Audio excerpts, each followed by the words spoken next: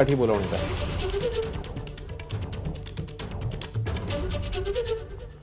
तर बीडच्या सध्याच्या स्थितीचा मुद्दा खासदार सुप्रिया सुळेंनी संसदेमध्ये मांडला। राज्याचं गृहमंत्रालय ढिम्म का आहे असा सवालही त्यांनी उपस्थित केला।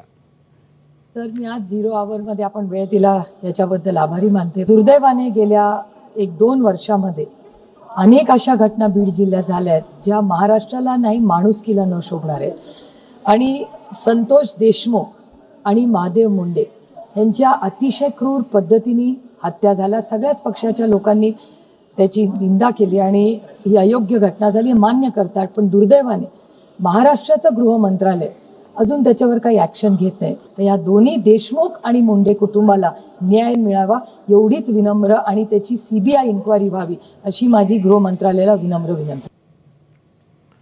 सोमनाथ सूर्यवंशी प्रकरणी गुन्हा दाखल करण्याचा आदेश योग्यच होता असं सुप्रीम कोर्टाने म्हणत राज्य सरकारचं अपील फेटाळलं।